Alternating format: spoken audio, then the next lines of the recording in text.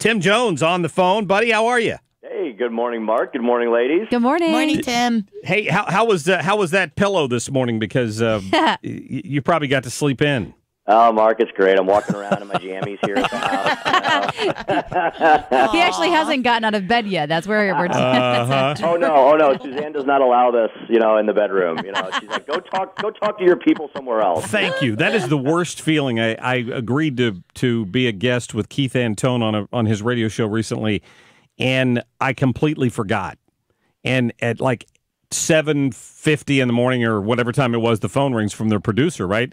My wife comes in and taps me on the shoulder and goes, "Are you supposed to do a radio interview this morning?" I'm like, "Oh, I'm going to sound asleep when I get on the phone," because you do when you first wake up. No, my daughter Katie is up and at 'em at 6 a.m. to get on the bus at 6:45 every morning. So we're always up. We're always up and out running around. I'm glad for those kids. I know in the Rockwood district they're modifying that middle school route a little bit next year, but I think it's only giving them an extra 10 minutes. Is it 30? Yeah, about 30 minutes for us anyway. We'll make a little difference. Yeah. But, it's all good. So, so we're up, and the sun's up, and Mark Cox has been up for 5 hours. Yes, sir. Yes, sir. Wired with plenty of coffee at this point. Hey, Tim, I keep watching this Eric Greitens case. I'm reading the coverage in the Post, the breathless anticipation of when are they going to file impeachment charges and all this stuff. What are you hearing from your buddies down there in Jeff City? Well, Mark, it's very interesting. I was actually down in our own version of the swamp yesterday. I was in Jefferson City. I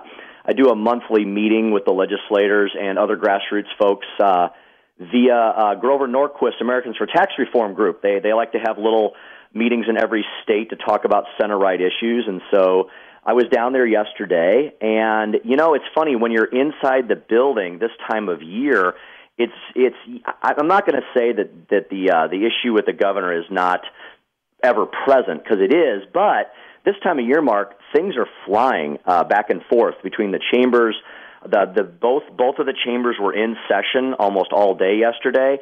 And so, it didn't really even get brought up much. I mean, because they are, despite what the Post and the Star would have you believe, everybody's not sitting around down there, like you said, breathless, holding their breath, clutching their pearls. Oh, what is the next minute going to bring? They're actually working on legislation. The Senate yesterday passed its version of the state budget, which took them most of the day. The House was in session passing bills related to, I think yesterday they were working on an insurance bill, so kind of important things to some, maybe innocuous to others.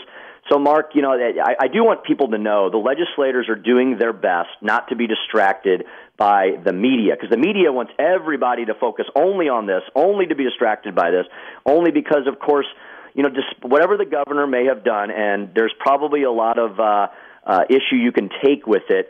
Trust me when I tell you, the media is more excited about this because it's a Republican governor. That is definitely a fact. No, I don't think there's any doubt about it. I thought it was interesting near the bottom of the Post article on this today.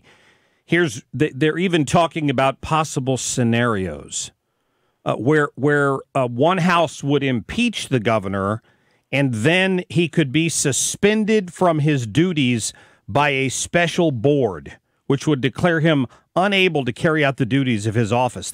So clearly somebody down there is feeding information to the media to keep this thing stirred up. Oh, Mark, of course they are, and we haven't been down this path in a very, very, very long time. And one of my colleagues, who I will allow him to remain nameless because he says he has not called one way for the other for this. He's been doing research into the history of impeachment. Mark, you know that in the history of our country, only 8 governors have ever been impeached in the entire history of every governor that's ever served in this nation. And in the last 100 years, only 2 governors have been impeached in the United States. So at least the legislators are taking this seriously and not just, lighting their hair on fire like the Post and the Kansas City Red Star want them to do, again, because this is a Republican governor.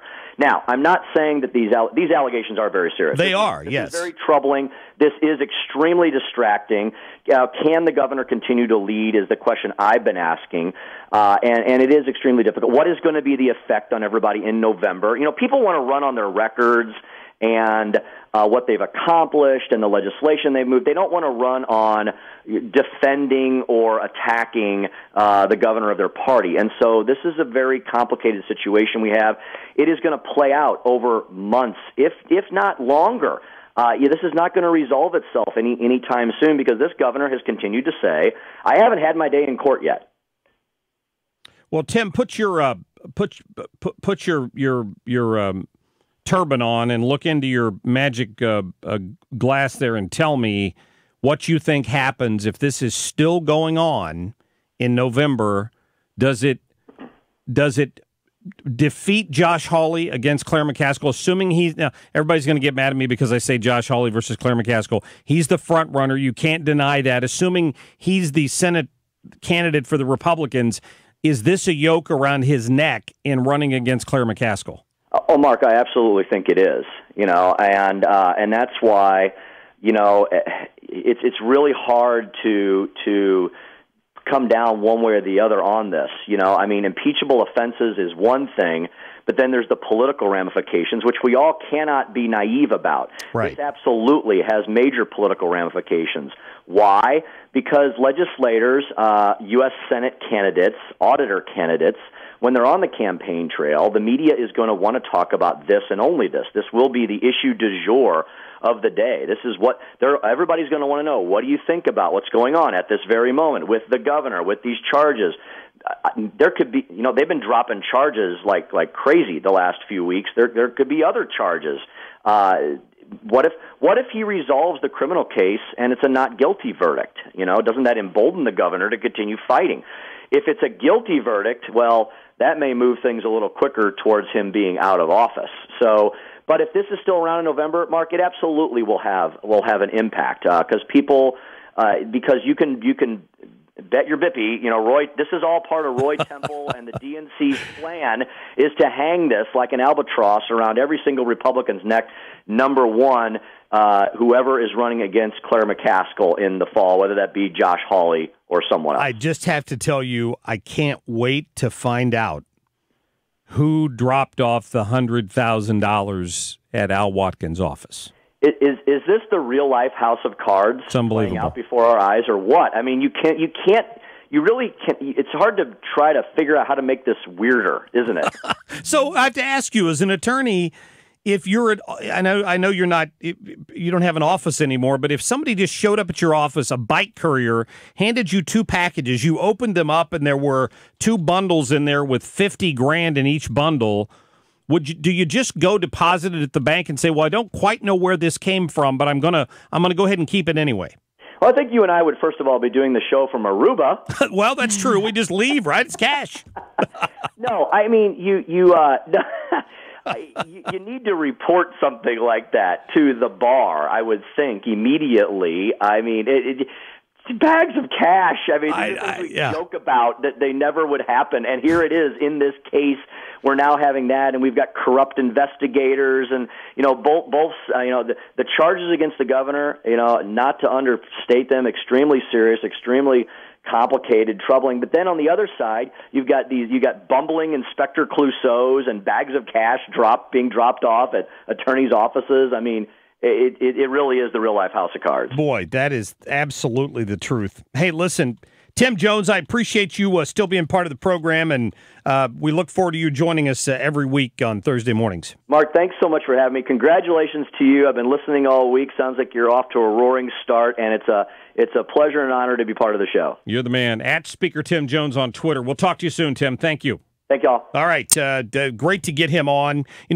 When I think of that story, the money being dropped off, did you guys see the Tom Cruise movie American Made? No. It's the one where he's works for the CIA in the 70s, and he's flying drugs and money to Noriega and all this stuff. And he comes home with these bags full of just cash because the drug dealers just all give him cash. Sure. And when I heard this story the other day, I couldn't help but think of that movie because the guy comes home and he doesn't know what to do with the cash, because usually if you try to deposit that in the bank, people have questions about, hey, where did this come from? That's a red flag. Yeah, that should be a red flag. Either drug running or gun running are the only reason to have that a much suitcase cash full of cash like that. Very, right? very strange. Yeah. So All right. strange. Quick break.